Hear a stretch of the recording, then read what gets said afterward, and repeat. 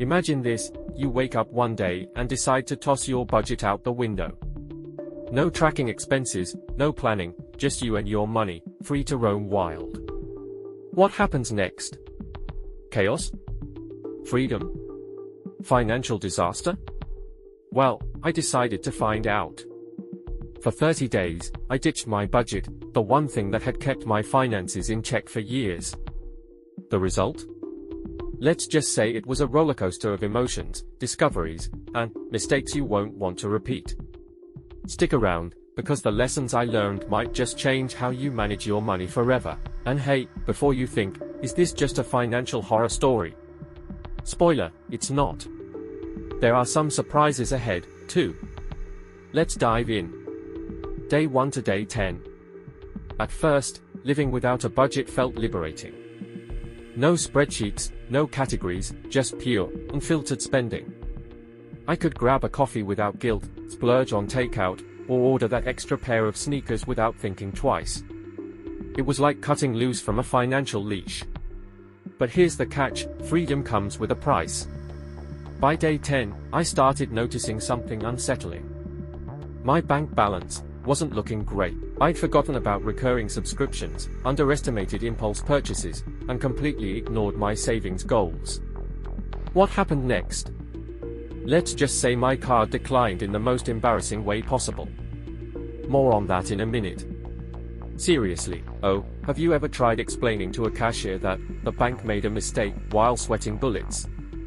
Not fun. Day 11 to Day 20. By week 2, the cracks in my no-budget experiment began to show.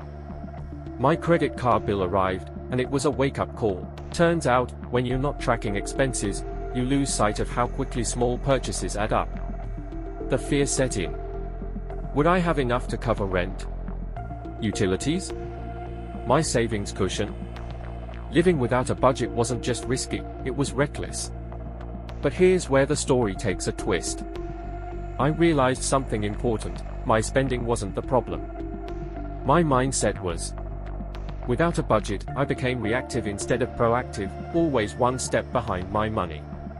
But what if there was a way to regain control without going back to rigid spreadsheets? Hold that thought, because that's where the magic happens. Day 21 to Day 30.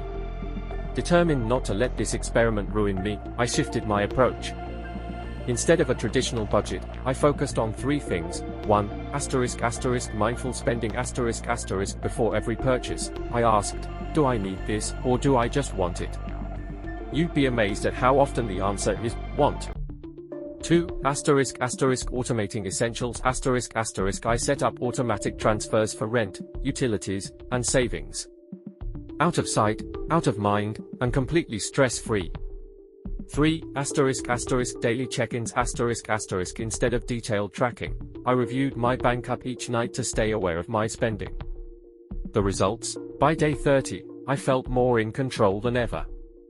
My spending aligned with my values, and I realized that budgeting isn't about restrictions, it's about intentionality. But, did I save any money? Did I overspend?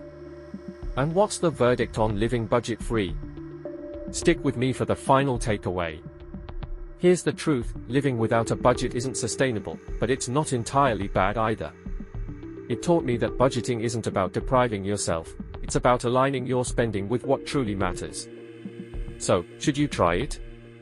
Maybe. If you want to challenge your habits and learn what you value most, it's worth a shot. Just don't forget to have a safety net, because let's face it, explaining a declined card is never fun. If you found this experiment insightful, hit that like button and subscribe for more real-life financial adventures. And tell me in the comments, would you ever live without a budget? Let's chat.